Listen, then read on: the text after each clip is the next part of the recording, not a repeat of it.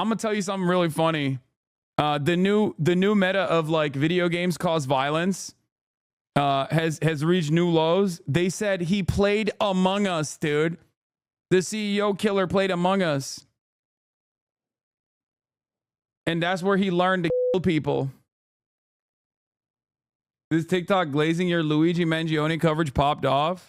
Oh yeah, I saw this.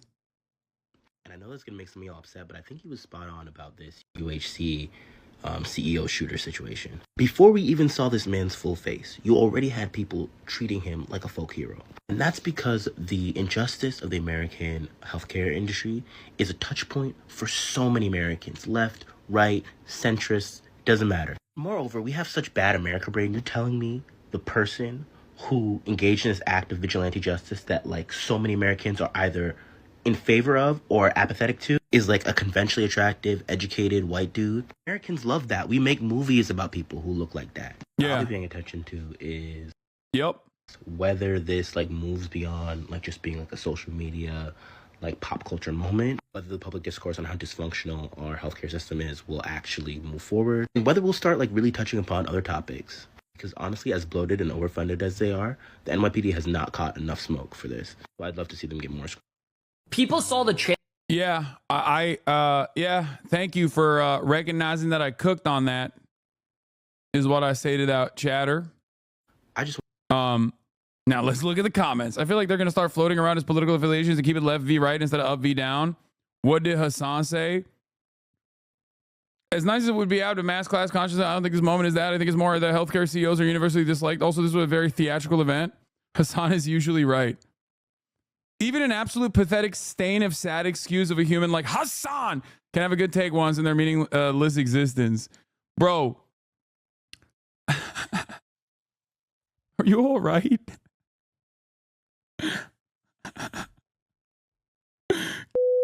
Up, dude. I don't feel this way about, like, I don't think I feel this way about any human. You know what I mean? I guess maybe like Benjamin Netanyahu or something. You know what I mean?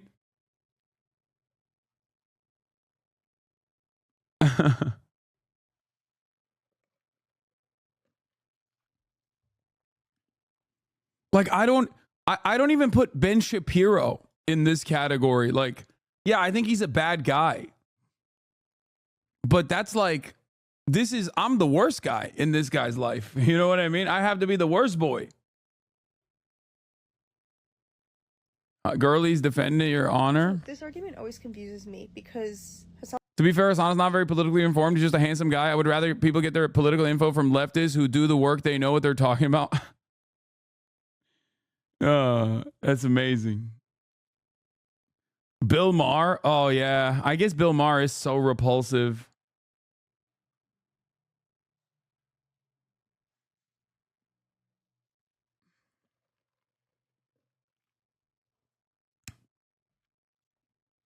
But yeah. What the fuck is this? What did you just send me, dude? What is happening here? Hassan does have an undergrad degree in poli-sci and communications, and he interned for 3 years at a political commentary group. He did get it from his uncle, but it's still experience. And then he made a name for himself separately and got even bigger as a solo streamer, and spent the past 7 years interviewing politicians and journalists and plenty of other people that have done really important work in this country. And yeah, this is always funny when, I mean, like, my degree doesn't really matter all that much. I don't think. I've never placed any emphasis on my degree at all. And I don't personally care about degrees in general. But like, my work does speak for itself. And my commentary does speak for itself. And I don't know, like, why. I don't know. I don't know why people are so desperate to be like, nah, dude, he's f***ing dumb. I mean, it's fine. You can say that if you want. I guess maybe you have like reasonable disagreements with the things that I say. But like, do these people just like close their eyes? Like, one of the people that I was in the tank for pretty aggressively is Greg Kazar. He is now the leader of the Progressive Caucus. I'm interviewing Ta-Nehisi Coates today. I'm interviewing Lena Khan, the commissioner of the FTC. Like, do these people just like not comprehend that, you know, there is a reason why I am able to find myself in these spaces, interviewing a lot of people that are, that are impactful, activists, academics, journalists. Like, I don't like, do they think that it's just because I'm hot? Like, is that what they are assuming is going on? They're like, yeah, CNN gave him an interview because he's hot. And yeah. Lena Khan, the commissioner of the FTC, is interested in coming on the broadcast because he's hot and I'm smart.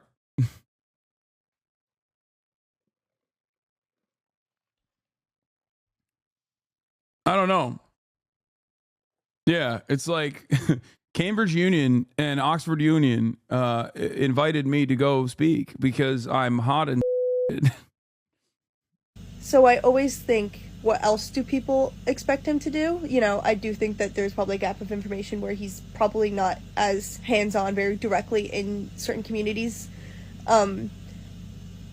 But I think he's talking to people that do have that experience. So I always wonder what people expect more or differently from him. I mean, those criticisms also always fall short because there's no follow-up. The follow-up is like, oh, well, my disagreements are actually entirely vibes-based. Like, those disagreements are almost entirely vibes-based disagreements. Like, there is no real issue there at all.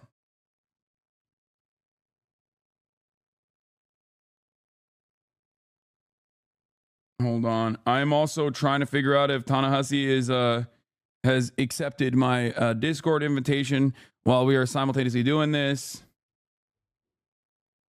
But where is it?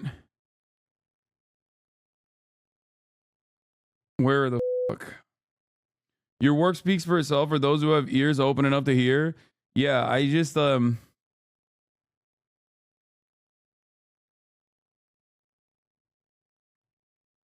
where is it? You made Ta-Nehisi Coates install the malware virus known as Discord? Yeah, it's the brain virus. What is this? This is from a Swiftie that said, delete that tweet about Taylor or suffer the consequences. I will find you and your family. You won't see your mom again. Winky face. Median Swiftie. I think you can't piss off white women. Like, I am more scared of white women than anyone else, honestly, on this planet. Like, I've duked it out with the Barbs. Yeah, I can't go to the Sephoras. You know what I mean? I can't be in a 50-yard radius of a Sephora. It's on site, right? But like, but honestly, it's just like the Swifties are everywhere. You know what I mean? You got CEOs and shit. Like, white women are powerful. White women are too powerful. It's too scary. You got people that are like CPAs and shit that do things that you wouldn't expect them to do when the Swiftiness comes out. You feel me? You know what I mean? Like, it's just like, in one circumstance, like, if you go to certain fan bases, it's like, you know, there are environments that are going to be hostile to you. Like I said, that's why I said like Barb's and Sephora, because it's just like the overwhelming amount of the Barb power comes from working at a Sephora. You know what I mean? All the way from the age of 26 to 35, right? Whereas for the Swifties, like, they could be in multiple different facets of power. Like, there are Swifties out there that are like holding the levers of power. You know what I mean? Like, you could go to a law firm, as Lowell overruled the way you're wrong. You could literally be like trying to get hired as a fucking lawyer and you got like a Swiftie that saw that tweet and they're like, oh, I'm making the boss call. He's here. You know what I mean?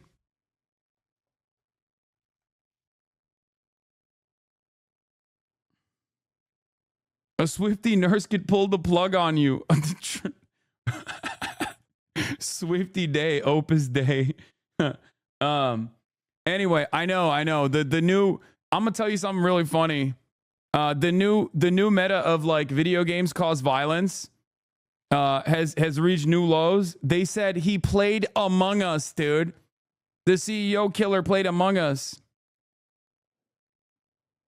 And that's where he learned to kill people. This is like quite difficult to do.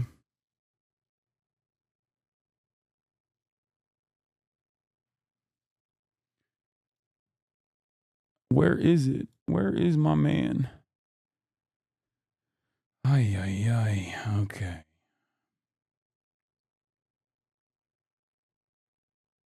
I'm supposed to. So Ta-Nehisi is supposed to be on right now. I am trying to. He's not able to log in.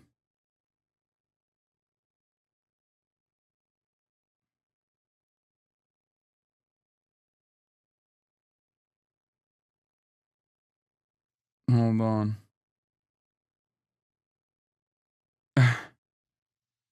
Okay, he's figuring that out. We're gonna be fine. You're misleading again, bro. Obviously vented, and that's why he was able to evade the police for so long. But yeah, we're gonna do all of that in a second. Well, you know what? Let's get started. First of all, here's John Schwartz. He says, it's rare you get such a clear illustration of whose lives have value in America and whose don't. Enough is enough. Jury rejects DA Bragg's indictment of man who protected subway riders. Target CEOs revealed chilling manifesto of health insurance boss killer. Notice something here? There are two people who engaged in the act of extrajudicial killing. One killed a valuable human, more valuable than the average human, regardless of the number of deaths and number of awfulness that they've contributed to the victim in this circumstance. The other person killed a black homeless person experiencing a mental health episode. That's the problem here. Okay? No introspection or shame? Oh, absolutely not. None whatsoever. That's it. One is a non-person. The other one is more important than the average person, even.